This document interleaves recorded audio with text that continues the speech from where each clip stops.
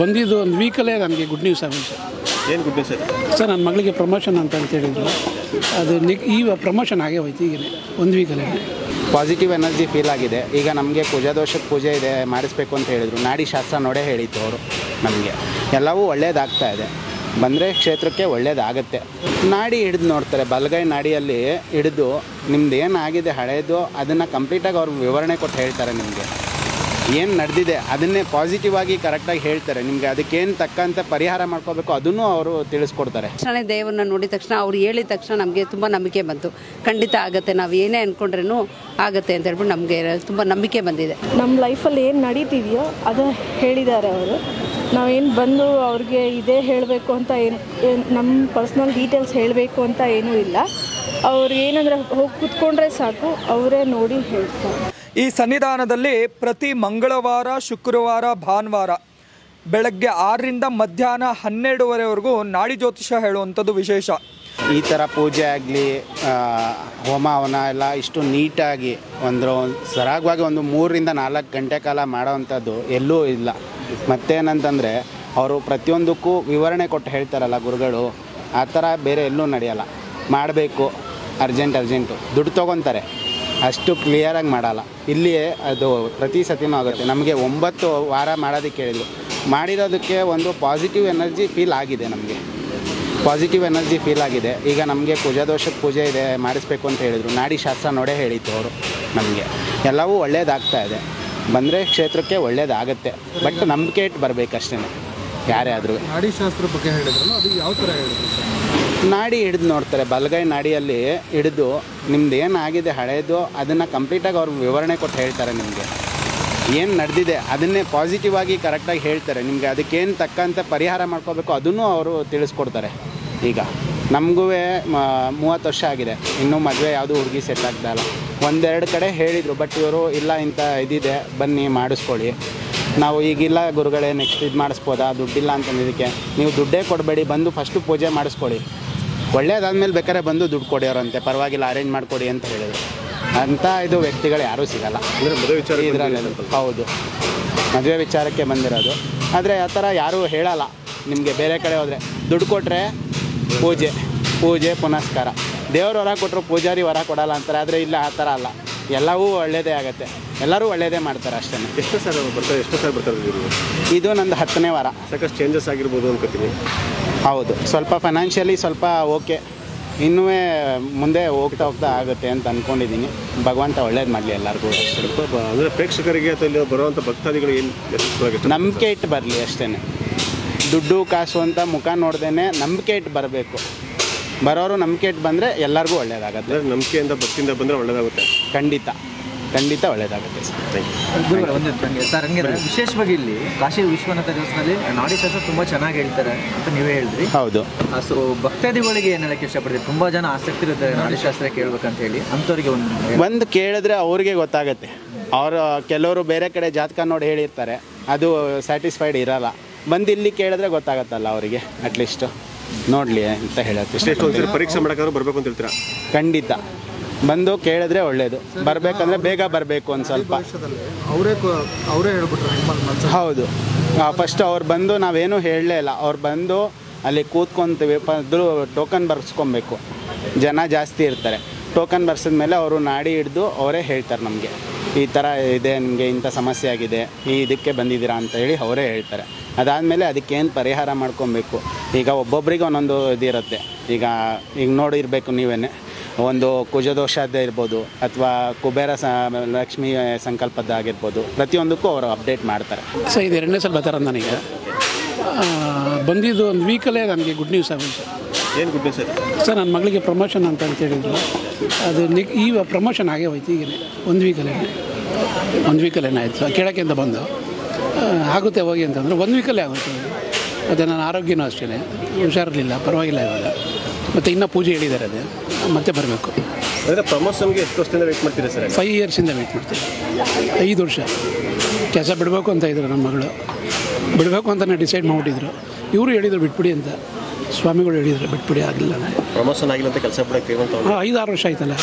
5ರಿಂದ 6 ವರ್ಷ ಆದಮೇಲೆ ಇನ್ನೇನು ಮಾಡೋದು, ಅದಕ್ಕೆ ಬಿಟ್ಬಿಡೋಣ ಅಂತ ಡಿಸೈಡ್ ಮಾಡಿದರು. ಸೊ 1 ವೀಕಲ್ಲಿ ಆಯಿತು. ಈಗ ಮೊನ್ನೆ ಇನ್ನೂ ಆರ್ಡ್ರ್ ಬಂದಿಲ್ಲ, ಪೇಪರ್ ಬಂದಿಲ್ಲ ಕೈಗೆ. ಇದು ಮಾಡಿದ್ದಾರೆ ಅಷ್ಟೇ. 100% ಖುಷಿ ಆಯಿತು. ತುಂಬ ಖುಷಿ ಅಂತಂದರೆ ಹೇಳೋಕ್ಕೆ ಆಗಲ್ಲ. ಏನೋ ಅದು ಏನು ಪವಾಡ ಅಂತಲೇ ಗೊತ್ತಿಲ್ಲ ನನಗೆ. 100%, 200% ಸರ್. ಅಂದರೆ ಏನು ವರ್ಕ್ ಮಾಡ್ತಿದ್ದಾರೆ, ಏನು ಪ್ರಮೋಷನ್ಗಾಗಿ ನೀವು ದೇವ್ರ ಹತ್ರ ಕೆಲಸ ಮಾಡಿದ್ದಾರೆ ಎಷ್ಟೋ ವರ್ಷದಿಂದ. ಕೆಲಸ ಚೆನ್ನಾಗಿ ಮಾಡಿ 6 ವರ್ಷ 7 ವರ್ಷ ಮಾಡಿದ್ದಾರೆ. ಕೊಡ್ತಾನೆ ಇರಲಿಲ್ಲ. ಕೆಲಸ ಬಿಡಬೇಕು ಅಂತ ಡಿಸೈಡ್ ಮಾಡಿದರು. ಸೊ ಆ ಉದ್ದೇಶಕ್ಕೋಸ್ಕರ ಒಂದು ಸ್ವಲ್ಪ ಬಂದಿದ್ದು. ಸೊ ಹಾಗೆ ಸಂತಾನದ ಬಗ್ಗೆನೂ ಕೇಳಕ್ಕೆ ಬಂದಿದ್ದೀವಿ. ಅದೊಂದು ಪೂಜೆ ಎಲ್ಲ ಹೇಳಿದ್ದಾರೆ. ಪೂಜೆ ಎಲ್ಲ ಆಗಿದೆ. ಇವಾಗ ಒಂದು 5 ತಿಂಗಳು ಟೈಮ್ ಕೊಟ್ಟಿದ್ದಾರೆ. ಒಂದು 5 ತಿಂಗಳಾದ್ಮೇಲೆ ನೋಡೋಣ. ಒಂದು ಸನ್ನಿಧಿ ಬಂದರೆ ರಿಲ್ಯಾಕ್ಸ್ ಮೈಂಡ್ ಆಗುತ್ತೆ ಸರ್. ಮನಸ್ಸು 100% ಸರ್, ರಿಲ್ಯಾಕ್ಸು. ಏನೋ ಒಂದು ಸಮಾಧಾನ ಆಗ್ತೈತೆ, ಏನೋ ಒಂದು ನೆಮ್ಮದಿ. ಹೊಟ್ಟೆ ತುಂಬ ಪ್ರಸಾದ ತಿಂತಾ ಇದ್ದೀನಿ ಸರ್. ಏನು ಹೇಳ್ತೀರಿ ಅಂದರೆ ಈ ನಾಡಿ ವಿಶೇಷವಾಗಿ ಇಲ್ಲಿ ಸರ್, ನಾಡಿ ಇದೆ ನೋಡಿದ್ರೆ ನನಗೆ ಗೊತ್ತಾಗಿದ್ದು. ಮಾಮೂಲಿ ಜಾತಕ ಎಲ್ಲ ಹೇಳ್ತಾರೆ, ಅದೆಲ್ಲ ಏನಿಲ್ಲ. ನಾಡಿ ಹಿಡಿದು ಹೇಳಿದ್ರಿಂದನೇ ನನ್ನ ಮಗಳಿಗೆ ಸಂತಾನದ ಬಗ್ಗೆ ಸ್ವಲ್ಪ ಈ ಥರ ಪೂಜೆ ಮಾಡಿಸಿ ಮತ್ತೊಂದು ಅಂತ ಹೇಳಿದರು. ಅದಕ್ಕೋಸ್ಕರನೇ ಬಂದಿದ್ದು. ನಾಡಿ ಹಿಡಿದು ಹೇಳಿದ್ದಕ್ಕೆ ಬಂದಿದ್ದು. ನಾಡಿಯಲ್ಲಿ ಈಗ ಕೆಲಸದ ಬಗ್ಗೆನೇ ಹೇಳೋದು. ಕೆಲಸದ ಬಗ್ಗೆನೇ ಕೇಳಿದ್ದು ಫಸ್ಟ್ ಬಂದಿದ್ದು ಕೆಲಸದ ಬಗ್ಗೆನೇ. ಕೆಲಸ ಬಿಡಬೇಕು ಅಂತ ಇದ್ದೀವಿ ಏನು ಅಂತ ಕೇಳಿದ್ರು ಸರ್. ಅಂದರೆ ಏನು ಕೆಲಸ ಮಾಡ್ತಿದ್ದೀರಾ ಪ್ರೆಸೆಂಟ್? ಅವಳು ಸಾಫ್ಟ್ವೇರಲ್ಲಿ ಮಾಡ್ತಾಯಿದ್ದಾರೆ. ಆ್ಯಕ್ಚುಲಿ ನಮ್ಮ ಅಕ್ಕ ಮಗನ ಮದುವೆಗೆ ಅಂತ ಕೇಳಕ್ಕೆ ಬಂದಿದ್ವಿ. ನಾಡಿ ಸಹ ಹೇಳಿದ್ದಾರೆ. ಇವತ್ತು ಅದ್ರ ಪರಿಹಾರ ಮಾಡಿಸಿದ್ವಿ. ನಮಗೇನೋ ತುಂಬ ಸಂತೋಷ ಆಯಿತು. ಚೆನ್ನಾಗಿ ಮಾಡಿದರು, ಹೋಮ ಎಲ್ಲ ಮಾಡಿಸಿದ್ರು, ಪೂಜೆ ಎಲ್ಲ ಚೆನ್ನಾಗಿ ಮಾಡಿದ್ದಾರೆ. ನಮಗೇನೋ ತುಂಬ ಸಂತೋಷ ಆಯಿತು. ನಮಗೆ ನಂಬಿಕೆ ಇದೆ ಖಂಡಿತ ಆಗುತ್ತೆ ಅಂತ ಹೇಳ್ಬಿಟ್ಟು ಆ ನಂಬಿಕೆಯಿಂದ ಬಂದಿದ್ದೀವಿ ನಾವು. ಖಂಡಿತ ಆಗುತ್ತೆ ಎಲ್ಲ. ಹೌದು. ಏನು ಹೇಳಿದ್ರು ಅಂದರೆ ನಮಗೆ ಆ್ಯಕ್ಚುಲಿ ಪರಿಹಾರ ಕೇಳಿದರು. ಗ್ರಹ ಇದಿದೆ ಅಂತ ಹೇಳ್ಬಿಟ್ಟು, ದೋಷ ಇದೆ ಅಂದ್ಬಿಟ್ಟು ನಾವು ಅದಕ್ಕೆ ಇವತ್ತು ಇದು ಮಾಡಿದ್ವಿ. ಎಲ್ಲ ಚೆನ್ನಾಗಾಗುತ್ತೆ ಅಂತ ನಂಬಿಕೆಯಿಂದ ಬಂದಿದ್ದೀವಿ. ನಾವು ಮತ್ತಿಕೆರೆಯಿಂದ ಬಂದಿದ್ದೀವಿ ಸರ್. ನಾವು ಇದು 2ನೇ ಸತಿ ಅಷ್ಟೇ ಬಂದಿರೋದು. ನಮಗೇನು ತುಂಬ ನಂಬಿಕೆ ಬಂತು. ನಮಗೆ ನೋಡಿದ ತಕ್ಷಣ, ದೇವರನ್ನ ನೋಡಿದ ತಕ್ಷಣ, ಅವ್ರು ಹೇಳಿದ ತಕ್ಷಣ ನಮಗೆ ತುಂಬ ನಂಬಿಕೆ ಬಂತು. ಖಂಡಿತ ಆಗುತ್ತೆ, ನಾವು ಏನೇ ಅಂದ್ಕೊಂಡ್ರೂ ಆಗುತ್ತೆ ಅಂತ ಹೇಳ್ಬಿಟ್ಟು ನಮಗೆ ತುಂಬ ನಂಬಿಕೆ ಬಂದಿದೆ ದೇವರಿಂದ. ಖಂಡಿತ ಇಲ್ಲ ಹೋಗಿದ್ದೀವಿ ತುಂಬ ದೇವಸ್ಥಾನ. ಇಲ್ಲಿ ಬಂದ ತಕ್ಷಣ ನಮಗೇನೋ ಒಂಥರ ಪವರ್ ಬಂದಂಗೆ, ಒಂಥರ ನೀನು ಖಂಡಿತ ಆಗತ್ತೆ ನಿನಗೆ ಆ ಥರ ನಂಬಿಕೆ ಒಂಥರ ಬಂದಿದೆ ನಮಗೆ ತುಂಬ.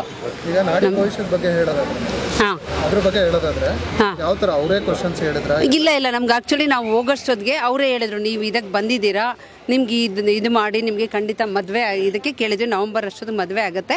ನೀವು ಬುಧ, ಆದಿತ್ಯ ಮತ್ತು ಕುಜ ಇದರದ್ದು ಪರಿಹಾರ ಅಂತ ನಿವಾರಣೆ ಅಂತ ಹೇಳ್ಬಿಟ್ಟು ಅದ್ರದ್ದು ಇವತ್ತು ಪೂಜೆ ಮಾಡ್ತೀವಿ ಬನ್ನಿ ಅಂತ ಹೇಳಿದ್ರು. ಅದಕ್ಕೋಸ್ಕರ ನಾವೆಲ್ಲ ಬಂದಿದ್ದೀವಿ. ನಾವೊಂದು 5 ಜನ ಬಂದಿದ್ದೀವಿ. ಎಲ್ಲರೂ ಇವತ್ತು ಮಾಡಿಸಿ ಆಯಿತು. ತುಂಬ ಸಂತೋಷ ಆಯಿತು ನಮಗೆ. ಖಂಡಿತ ನಂಬಿಕೆ ಇದೆ. ಹಾಂ ಸರ್, ಅದು ತುಂಬ ಒಳ್ಳೆ ಇದ್ರು ಸರ್, ತುಂಬ ಪವರ್ಫುಲ್. ಏನೇ ನಾವು ಅಂದ್ಕೊಂಡು ಬಂದರೆ ಖಂಡಿತ ಆಗುತ್ತೆ. ದೇವ್ರ ಮೇಲೆ ಒಟ್ಟಿನಲ್ಲಿ ನಂಬಿಕೆ ಇಡಬೇಕಷ್ಟೇ. ನಂಬಿಕೆ ಇಟ್ಕೊಂಡು ಬಂದರೆ ಖಂಡಿತ ಆಗುತ್ತೆ. ನಮ್ಗೆ ತುಂಬ ನಂಬಿಕೆ ಇದೆ. ಭಕ್ತಾದಿಗಳಿಗೆ ಏನು ಹೇಳಕ್ಕೆ ಇಷ್ಟಪಡ್ತೀರಿ? ಈ ದೇವಸ್ಥಾನಕ್ಕೆ ಬರಬೇಕು ಅಂದ್ಕೊಂಡಿರೋರಿಗೆ, ಮತ್ತು ಎಷ್ಟೋ ಜನ ಕಷ್ಟದಲ್ಲಿರೋರಿಗೆ ಇಲ್ಲ, ಖಂಡಿತ ಇದು ನಂಬ್ಕೊಂಡು ಬಂದರೆ ಖಂಡಿತ ಎಲ್ಲ ಪರಿಹಾರ ಸಿಗತ್ತೆ. ನೀವು ಮನಸ್ಸಲ್ಲಿ ಅಂದ್ಕೊಂಡು ಬರಬೇಕು, ಇದು ಖಂಡಿತ ಆಗುತ್ತೆ. ನಿಜವಾಗ್ಲೂ ದೇವ್ರ ಮೇಲೆ ನಂಬಿಕೆ ಇಟ್ಕೊಂಡು ಬನ್ನಿ. ಈಗ ಯಾರೇ ಕಷ್ಟದಲ್ಲಿದ್ರೂ ಏನು ಅಂತ ನಿಮ್ಗೆ ಏನಾದರೂ ಇದಿದ್ರೆ ಮಾತ್ರ ದೋಷ ಇದಾಗತ್ತೆ ಹೊರತು ಇನ್ನೇನು ಇಲ್ಲ. ಅವ್ರು ಪೂಜೆ ಮಾಡಿ ಚೆನ್ನಾಗಿ ಇದು ಮಾಡಿ ಕೊಡ್ತಾರೆ. ನಂಬಿಕೆ ಇಟ್ಕೊಂಡು ಬಂದರೆ ಖಂಡಿತ ಆಗುತ್ತೆ ನಿಮಗೆ. ಆದರೆ ಒಂದು ಸಾರಿ ಬಂದಿದ್ವಿ. ಒಂದು ಸಾರಿ ಬಂದೋಗಿದ್ದಕ್ಕೆ ಏನೋ ನಮ್ಮ ಮನಸ್ಸಿಗೆ ನೆಮ್ಮದಿ ಐತೆ. ಚೆನ್ನಾಗೈತೆ ದೇವಸ್ಥಾನ, ನಂಬಿಕೆ ಐತೆ. ಇಲ್ಲಿ ಏನೋ ಕಷ್ಟ ಸುಖ ಅಂತ ಬಂದವ್ರಿಗೆ ಒಂದು ಒಳ್ಳೆ ದಾರಿ ತೋರಿಸ್ತಾನೆ ದೇವರು ಅಂತ ಬಂದಿರೋದು ನಮಗೂ ಒಳ್ಳೇದಾಗೈತೆ. ಇಲ್ಲಿ ಲಾಡಿ ಶಾಸ್ತ್ರ ಅಂತ ಹೇಳ್ತಾರೆ. ಬರೀ ಲಾಡಿ ನೋಡಿ ಹೇಳ್ತಾರೆ.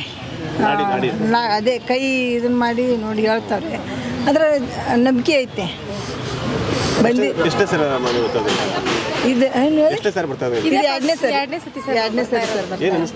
ತುಂಬ ನಮ್ಗೆ ಒಳ್ಳೇದಾಗೈತೆ. ಆ್ಯಕ್ಚುಲಿ ನಾನು ಇದು 2nd ಟೈಮ್ ವಿಸಿಟ್ ಮಾಡ್ತಾ ಇರೋದು. ಫಸ್ಟ್ ಟೈಮಲ್ಲಿ ನಂಗೆ ಅವ್ರು ಹೇಳಿದರು ನಾಡಿ ಭವಿಷ್ಯ ನೋಡಿ ನಮ್ಮದು ಭವಿಷ್ಯದ ಬಗ್ಗೆ ಎಲ್ಲ ಹೇಳ್ತಾರೆ. ಸೊ ನನಗೆ ಅವರು ನೋಡಿ ಹೇಳಿದ ಪ್ರಕಾರ ನನಗೆ 100% ಎಲ್ಲ ಕರೆಕ್ಟೇ ಅನಿಸಿತ್ತು. ಸೊ ನಾನು 2nd ಟೈಮ್ ಅವ್ರು ನನಗೆ ಪೂಜೆ ಎಲ್ಲ ಹೇಳಿಬಿಟ್ಟು ಪೂಜೆ ಮಾಡಿಸಿ ಸೊ ದಟ್ ನಿಮಗೆಲ್ಲ ಕರೆಕ್ಟಾಗಿ ಆಗುತ್ತೆ ಅಂತ ಹೇಳಿದ್ರು.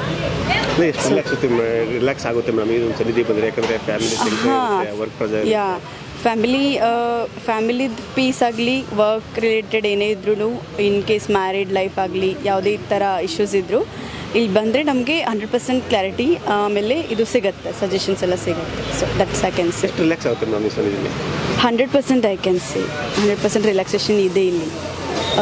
ಇಲ್ಲಿ ಬರೋರಿಗೆ ನಾನು ಸಜೆಷನ್ ಮಾಡ್ತೀನಿ, ಇಲ್ಲಿ ಬಂದು ಬನ್ನಿ ಅಂತ ಹೇಳ್ತೀನಿ. ಪೂಜೆ ಎಲ್ಲ ನಾಡಿಶಾಸ್ತ್ರದಲ್ಲಿ ನಾನು ಕೇಳಿದ್ದು ನನ್ನ ಫ್ಯೂಚರ್ ಬಗ್ಗೆ ಕೇಳಿದ್ದು, ನನ್ನ ಮದುವೆ ಲೈಫ್ ಮುಂದೆ ಹೇಗಿರುತ್ತೆ ಏನು ಅಂತ. ಆಮೇಲೆ ನನ್ನ ಕ್ವಾಲಿಫಿಕೇಷನ್ ಬಗ್ಗೆ ಎಲ್ಲ ಕೇಳಿದ್ದು, ಜಾಬ್ ರಿಲೇಟೆಡ್ ಕೇಳಿದ್ದು. ಅಷ್ಟೇ ಅನಿಸ್ತು ಮೇಡಮ್ ನಿಮಗೆ? ಎಲ್ಲ ಒಳ್ಳೇದಾಗಿದೆ, ಇಲ್ಲಿ ಬಂದ ಮೇಲೆ ಮುಂದೇನು ಒಳ್ಳೇದಾಗತ್ತೆ ಅಂತ ಅಂದ್ಕೊಂಡು ಬಂದಿದ್ದೀನಿ. ಮೇಡಮ್, ನಾಡಿಶಾಸ್ತ್ರದಲ್ಲಿ ನಿಮ್ಗೆ ಏನು ಕ್ವಶನ್ಸ್ ಇತ್ತು ಅದನ್ನು ಗುರುಗಳು ಸರಿಯಾಗಿ ಹೇಳಿದಾರಾ? ಹಾಂ, ಹೇಳಿದ್ದಾರೆ. 100% ಏನು ನಾನು ಅಂದ್ಕೊಂಡು ನನ್ನ ಮನಸ್ಸಲ್ಲಿ ಏನಿತ್ತು ಅದನ್ನು 100% ಅವ್ರು ಹೇಳಿದ್ದಾರೆ. ಅಲ್ಲಿ ಯಾವುದರಲ್ಲಿ 1% ಸುಳ್ಳಿರಲಿಲ್ಲ, ಎಲ್ಲನೂ 100% ಕರೆಕ್ಟಾಗಿ ಇತ್ತು. ಈ ಮೊದಲು ಅಂದರೆ ಈ ಮುಂಚೆ ನೀವೆಲ್ಲಾದರೂ ಬೇರೆ ಕಡೆ ಹೋಗಿ ನಾಡಿಶಾಸ್ತ್ರ ಕೇಳಿ? ಇಲ್ಲ, ಇದೇ ಫಸ್ಟ್ ಟೈಮ್ ಇಲ್ಲಿ ಕೇಳಿದ್ದು. ಅದೊಂಥರ ಯುನಿಕ್ ಆಗಿತ್ತು ನಾಡಿಶಾಸ್ತ್ರ ಅಂತ.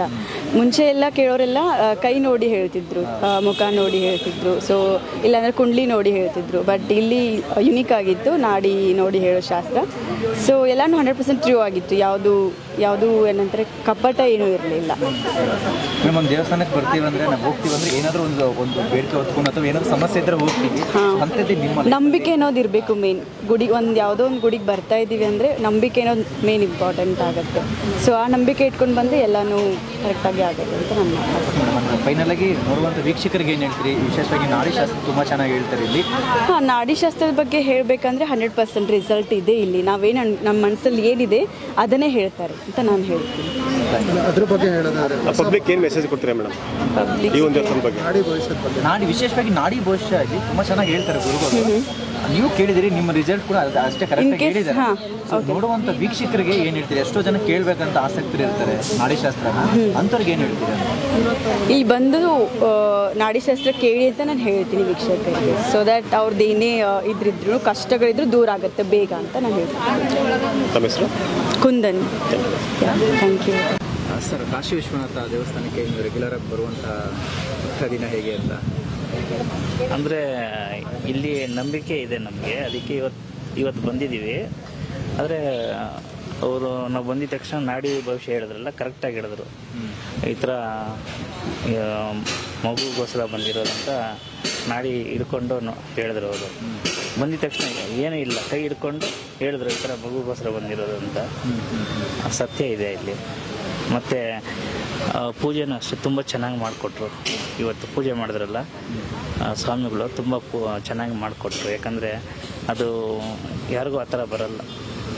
ಸ್ವಾಮಿಗಳು ಅಷ್ಟು ಇದು ಭಕ್ತಿಯಿಂದ ಎಲ್ರಿಗೂ ನಂಬಿಕೆ ಬರೋಂಗೆ ಪೂಜೆ ಮಾಡಿಕೊಟ್ಟು ಮತ್ತು ಎಲ್ರಿಗೂ ಒಳ್ಳೆಯದಾಗತ್ತೆ ಅಂತ ನಾನು ಭಾವಿಸ್ತಾ ಇದ್ದೀನಿ ಸರ್. ಅಂದರೆ ಇಲ್ಲಿ ಈ ದೇವಸ್ಥಾನಕ್ಕೆ ಬರೋಗೆ ಮೊದಲು ಬೇರೆ ಬೇರೆ ದೇವಸ್ಥಾನಕ್ಕೆ ಹೋಗಿ ನಾಡಿ ಭವಿಷ್ಯ ಶಾಸ್ತ್ರ ಕೇಳಿದ್ದೀಯಾ ಅಂತ? ಇಲ್ಲ, ಎಲ್ಲೂ ಕೇಳಿಲ್ಲ, ಇದೇ ಫಸ್ಟ್ ಟೈಮು. ಅಂದರೆ ತುಂಬ ಚೆನ್ನಾಗಿ ಮಾಡಿಕೊಟ್ಟಿದ್ದಾರೆ. ನಮಗೆ 100% ನಂಬಿಕೆ ಇದೆ, 100% ಆಗುತ್ತೆ ಅಂತ. ಈ ಕ್ಷೇತ್ರದ ಬಗ್ಗೆ ಮತ್ತು ಏನು ಹೇಳ್ತೀರಾ ಅಂತ ನೀವು ಬಂದು ನಿಮಗೂ ಕೊಡುವ ಇಲ್ಲಿ ಬಂದ ಕೂಡಲೇ ಒಂದು ಪಾಸಿಟಿವ್ ವೈಬ್ರೇಷನ್ ತುಂಬ ಚೆನ್ನಾಗಿದೆ. ಯಾಕಂದರೆ ಇಲ್ಲಿ ಬಂದಿದ ತಕ್ಷಣ ಏನೋ ಒಂಥರ ದೇವಸ್ಥಾನ ಒಳಗಡೆ ಹೋಗಿದ ತಕ್ಷಣ ದೇವರು ನೋಡಿದ ತಕ್ಷಣ ಏನೋ ಒಂಥರ ಪಾಸಿಟಿವ್ ವೈಬ್ರೇಷನ್ನು, ಆ ಅಲಂಕಾರ ನೋಡಿದ ತಕ್ಷಣ ದೇವರು ಏನೋ ನಮಗೆ ನಾವು ಏನು ಅನ್ಕೊಂಡ್ರೆ ಅದು 100% ಆಗುತ್ತೆ ಅಂತ ಒಂದು ಇದು ಬರುತ್ತೆ, ನಂಬಿಕೆ ಬರುತ್ತೆ. ಅಷ್ಟು ಚೆನ್ನಾಗಿ ಪೂಜೆ ಮಾಡ್ತಾರೆ. ಪೂಜೆ ಮಾಡೋದ್ರಲ್ಲೇ ಸಕ್ಸಸ್ ಆಗೋದು 100%. ಸರ್, ನೋಡುವಂಥ ಭಕ್ತಾದಿಗಳು ಮತ್ತು ವೀಕ್ಷಕರಿಗೆ ಏನು ಹೇಳಕ್ಕೆ ಇಷ್ಟಪಡ್ತಾರೆ? ವಿಶೇಷವಾಗಿ ನಾಡಿಶಾಸ್ತ್ರದ ಬಗ್ಗೆ ಹೇಳ್ತಾರೆ ಅಂತ ಹೇಳಿದ್ರೆ ಏನು ಹೇಳಕ್ಕೆ ಇಷ್ಟ? ಇಲ್ಲ, ನಾಡಿಶಾಸ್ತ್ರ ಅವರು ಏನಂದರೆ ನೋಡಿದ ತಕ್ಷಣ ಅವರು ಹೇಳ್ಬಿಡ್ತಾರೆ, ಕರೆಕ್ಟಾಗಿ ಹೇಳ್ಬಿಡ್ತಾರೆ.